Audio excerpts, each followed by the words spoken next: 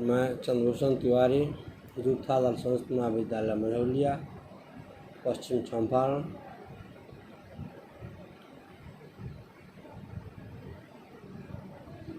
आज मैं पुनः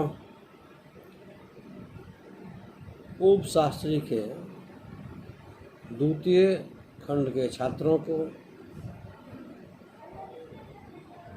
बताना चाहूँगा कि रघुवंश की समीक्षात्मक अध्ययन क्या है, रघुवंश की कौन सी विशेषताएं हैं। जैसा कि पिछले दिन छात्रों को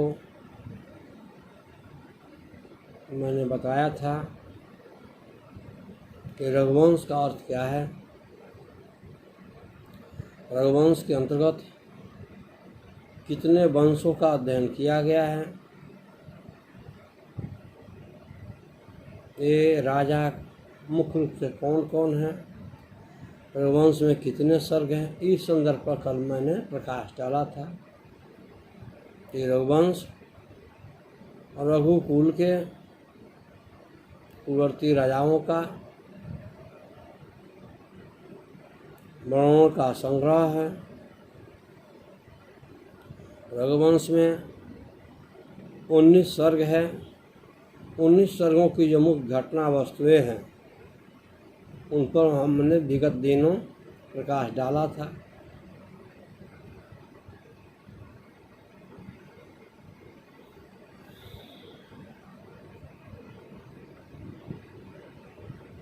जैसा कि रघुवंश के हम जानते हैं कि मनु से चलकर अग्निवर्ण तक 31 से वंशजों की कथा पर प्रकाश डाला गया था। फिर अग्निवर्ण के मृत्यु के पश्चात उसकी पत्नी को उत्तराधिकार सौंपा गया। इस सब बिंदुओं पर विगत दिनों में प्रकाश डाल चुके हैं। आज का जो शीर्षक होगा वो है महाकवि कालिदास के रघुवंश की समीक्षा तथा रघुवंश क्यों प्रसिद्ध, रघुवंश की कौन सारी विशेषताएं हैं, रघुवंश क्यों प्रसिद्ध है, रघुवंश की कौन सारी विशेषताएं हैं।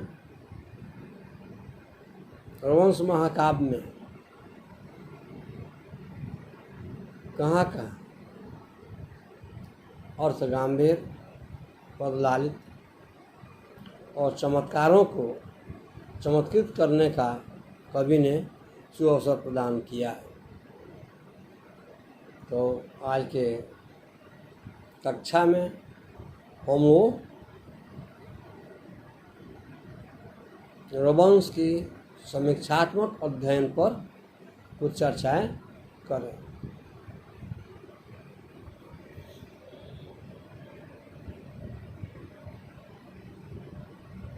रघुवंश कालिदास की प्रतिभा का काव्य रूप में सर्वोत्तम निदर्शन है। कवि की प्रतिभा का प्रस्फुरण पद पद पर परिलक्षित होता है। अर्थात इस रघुवंश में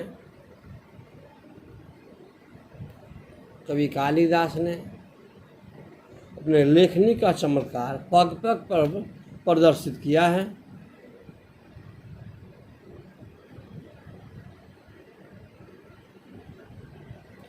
एक और भावों का सौंदर्य है। इसे महाकाव्य में एक तरफ भावों का सौंदर्य है तो दूसरी तरफ कलात्मकता का चमत्कार, अर्थात एक पक्ष में कवि के भाव जो है वो देखने को मिलता है, तो दूसरे पक्ष में कवि की कलात्मक बखूबी, कवि ने अपने काव्य में किस कला का प्रदर्शन किया, यह भी इसे रघुवंश महाकाव्य में देखने को मिलता है। एक और भाषा में प्रसाद और माधुर्य है। जानते हैं कि किसी भी भाषा में 3 गुण होते हैं, प्रसाद, माधुर्य और ओज। तो यहाँ रघुवंश में प्रसाद और माधुर्य देखने को मिलता है, क्योंकि एक और प्रसाद गुण और माधुर्य गुण का वर्णन मिलता है, तो दूसरी तरफ अलंकारों की अनुपम छटा, अर्थात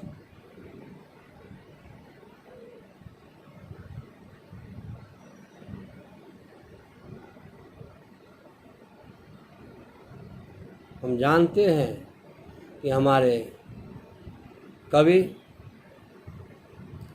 अलंकारों के प्रयोग में निपुणता प्राप्त किए हैं। अलंकारों के प्रयोग में पूर्णतः दक्ष है, तभी तो कहा गया कि उपमा कालिदासस्य, अर्थात कवि कालिदास ने अपने काव्यों में उपमा का प्रयोग किया है।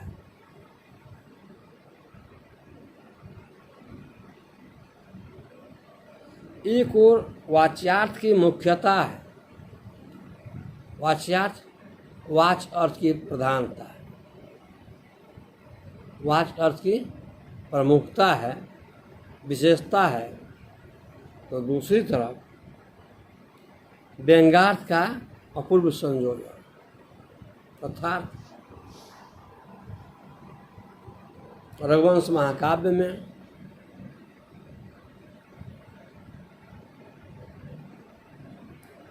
वाच्यार्थ, वाच अर्थ की विशेषताएं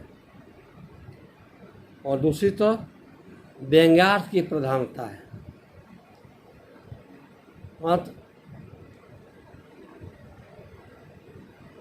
एक ही बातों को व्यंजना के द्वारा, लक्षणा के द्वारा, अर्थात अभिधा के द्वारा न कह करके व्यंजना और लक्षणा के द्वारा उसकी जो व्याख्या की गई है, तो यहाँ व्यंग्यार्थ की प्रस्तुति झलकती है। ठीक उसी प्रकार एक और संभोग श्रृंगार का अनुपम वर्णन है। कवि ने अपने महाकाव्यों में संभोग श्रृंगार का वर्णन बड़े ही मार्मिक ढंग से प्रस्तुत करने का प्रयत्न किया है। तो दूसरी तरफ विप्रलंभ श्रृंगार की मार्मिक छटा, अर्थात कवि ने रघुवंश में एक पक्ष में संभोग श्रृंगार का वर्णन किया, तो दूसरे पक्ष में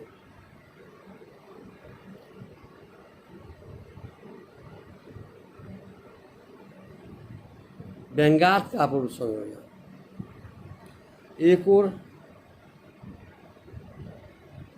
बाह्य प्रकृति का, क्योंकि कवि कुलगुरु प्रकृति के प्रेमी हैं। उनके काव्यों में नदियाँ, पहाड़, झरनाएँ, मंदिर, पर्वतों, जंगलों का बखूबी वर्णन किया गया है।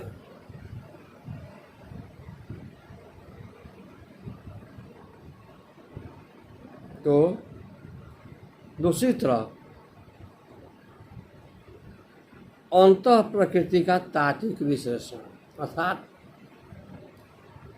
इनके काव्य में जहाँ बाह्य प्रकृति, बाहरी सौंदर्य, बाहरी विशेषताएं, बाहरी सौंदर्य को वर्णन करने की जहाँ कवि को सिद्धहस्त प्राप्त है, वहीं अंतःपुर के वर्णन में भी कवि पूर्णतः निपुण है।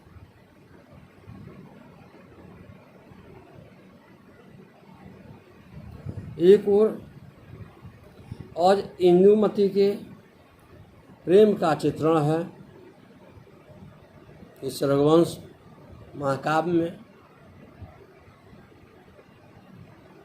इंदुमती के लिए स्वयंवर हो रहा है, देश विदेश के राजा लोग आकर स्वयंवर में उपस्थित है और एक एक करके इन राजाओं को छोड़ती हुई, पछाड़ती हुई अग्रतर चली जा रही है, बढ़ती जा रही है।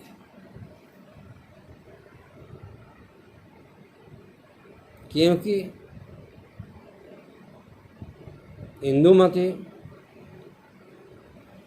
औज से प्रेम करना चाहती है, औज से विवाह करना चाहती है, औज को वर्ण करना चाहती है, इसलिए एक के बाद एक राजाओं को छोड़ती हुई आगे बढ़ती हुई चली जा रही है।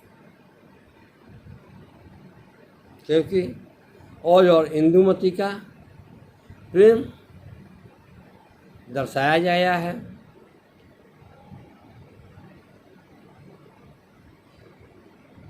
तो दूसरी तरफ सीता की परित्याग की घटनाएं हैं, अर्थात इस महाकाव्य में हमारे कुलगुरु ने बड़े ही बाखूबी से, बड़ी ही चतुरता से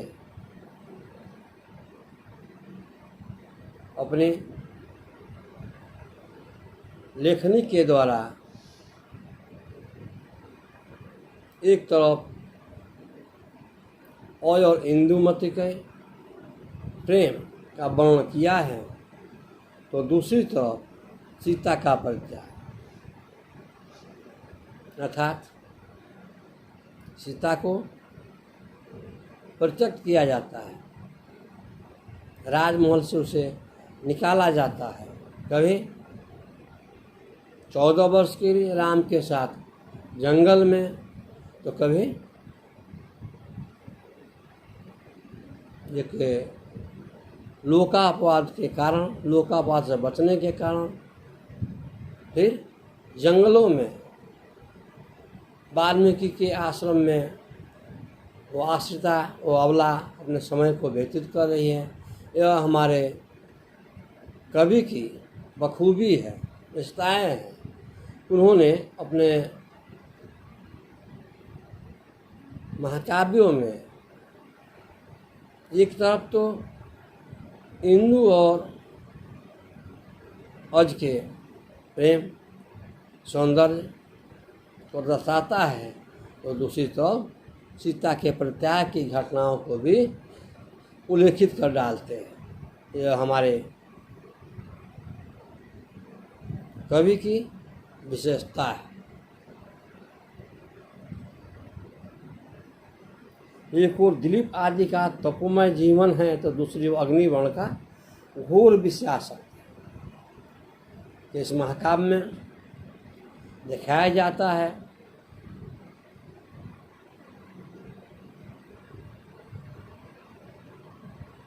राजा दिलीप तपस्वी है, तपस्या करते हैं, गुरु के आश्रम में जाकर उनकी गाय की रक्षा के लिए, गाय की सेवा के लिए व्रत लेते हैं, प्रतिज्ञा करते हैं और कुंभोत्कर नामक सिंह के उपस्थित होने पर उस नंदिनी की सेवा के लिए अपने को समर्पित करते हैं। एक तरफ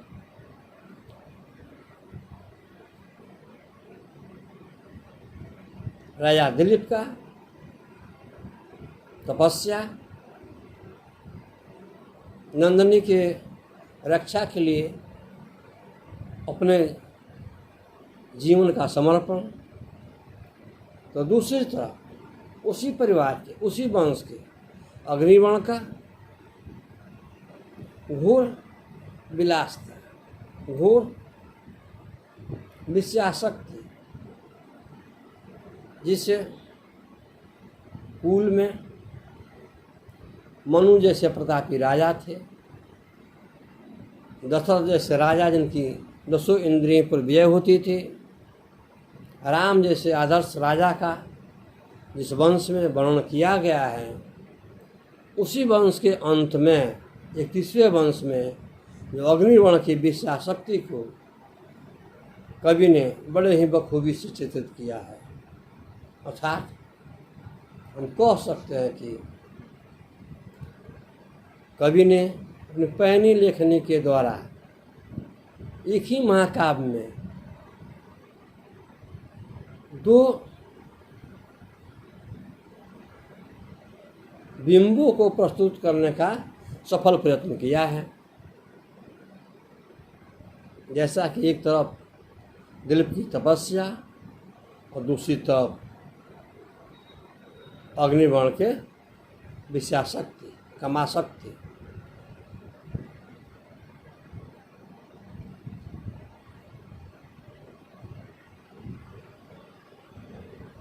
एक वो राजा का आदर्श और उसकी प्रजा पर सत्ता है।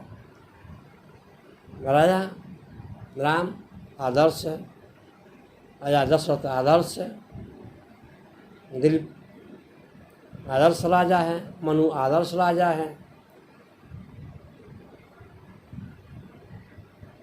और प्रजा पालक है, प्रजा के प्रेमी हैं, प्रजाओं पर, अपनी जनताओं पर अपने प्राणों को न्यौछावर करने वाले हैं। वो अपने राज्य की जनता की सुख के लिए, शांति के लिए सर्वस्व न्यौछावर कर देते हैं। तो दूसरी तरफ प्रजा की राजभक्ति,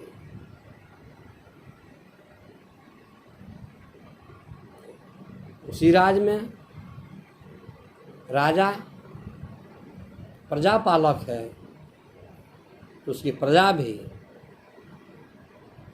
राजा के प्रति समर्पित है,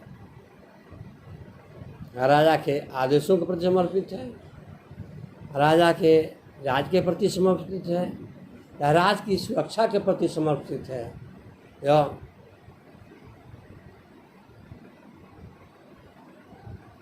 इस रघुवंश महाकाव्य की अत्यंत महत्वपूर्ण विशेषताएं हैं। एक ओर राजतंत्र का महत्व है, तो दूसरी ओर प्रजा के में विचार स्वातंत्र। प्राचीन में प्रजातंत्र नहीं थे, राजतंत्र थे। तो एक तरफ हम देखते हैं कि रघुवंश महाकाव्य में राजतंत्र की विशेषताएं हैं। एक राजा के बाद दूसरा राजा, दूसरा राजा के बाद तीसरा राजा, अर्थात उसी वंश के राजाओं का क्रम चलता रहता है, जिससे स्पष्ट रूप से राजतंत्र की झलक देखने को मिलती है। फिर भी उसी काव्य में प्रजा का विचार स्वतंत्र, प्रजा अपने विचारों के लिए स्वतंत्र है, प्रजा अपने जीविका के लिए स्वतंत्र है, भाषण के लिए स्वतंत्र है।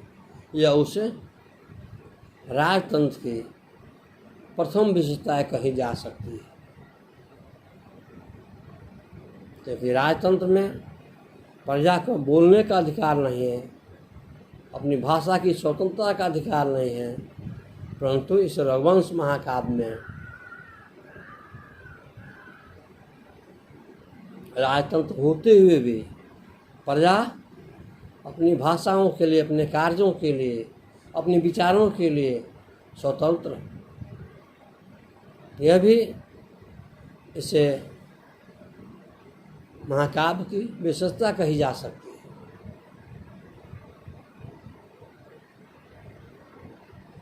इस प्रकार यह रघुवंश महाकाव्य विविध विरोधी गुणों का समन्वय है।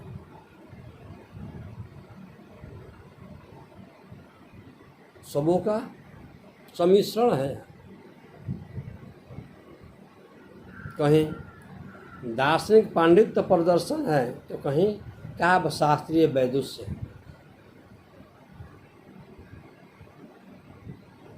कहीं उपमा का मनोहर प्रयोग है तो कहीं अर्थांतर न्यास की छटा। उपमा पुनः एक वस्तु का दूसरे वस्तु से तुलना करना। इसे महाकाव्य में एक तरफ उपमा का प्रयोग है तो दूसरी तरफ अर्थांतर न्यास का सफल प्रयोग किया गया है। अर्थों के अंतर्भेद।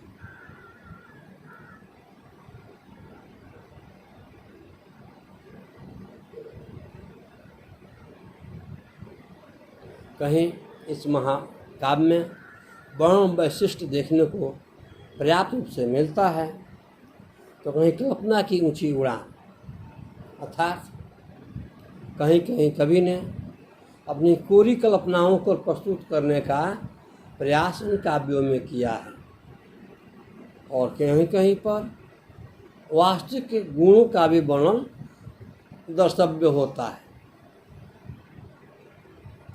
इस प्रकार हम देखते हैं कि कालिदास की सभी दृष्टि से कवियों के लिए आदर्श हो गए।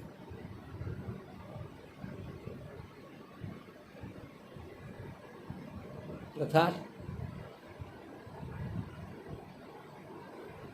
इसे रघुवंश महाकाव्य के समीक्षा उपरांत हम पाते हैं कि कवि कालिदास सभी प्रकार के कवियों में आदर्श कवि माने जाते हैं। उनका काव्य आदर्श काव्य कहा जा सकता है और कवि आदर्श कवि है।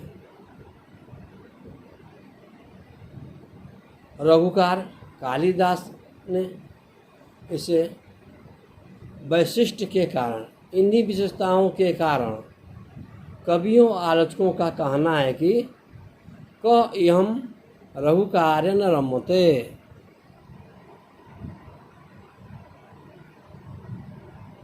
इन्हीं विशेषताओं के कारण, इन्हीं अपने कलात्मकता के कारण, भावों के व्याख्या के कारण विद्वानों ने यह स्वीकार किया कि को इहम रघुकार्य न रमते। इस प्रकार हम देखते हैं कि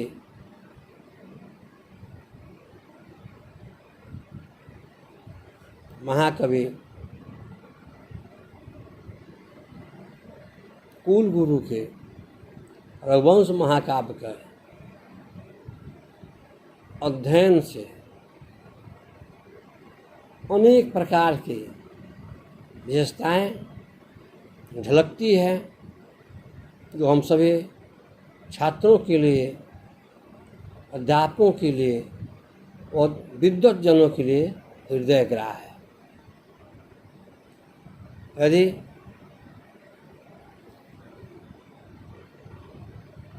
इससे काव्य का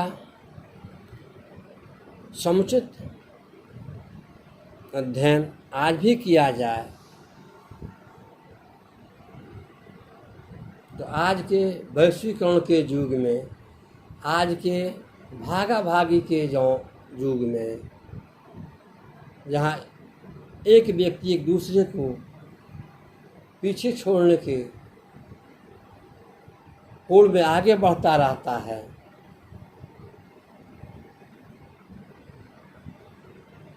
वैसे व्यक्तियों के लिए यह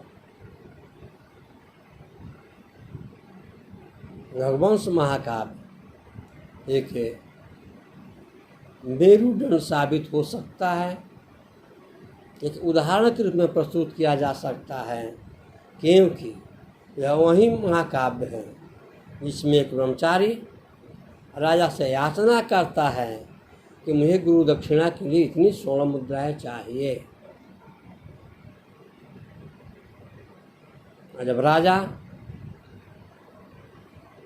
कुबेर पर आक्रमण करके स्वर्ण मुद्राएं उपलब्ध कराता है तो वह ब्रह्मचारी पुनः राजा से याचना करता है तो मुझे तो मात्र 14,000 ही मुद्राएं चाहिए, उससे अधिक नहीं। यह रघुवंश महाकाव्य की विशेषता है। आज के परिवेश में हम या कोई आप सब छात्र किसी गुरु, किसी धनाढ़य सेठ या किसी मित्र से याचना करे कि मुझे 500 रुपये की आवश्यकता है, 1 माह बाद लौटा दूंगा।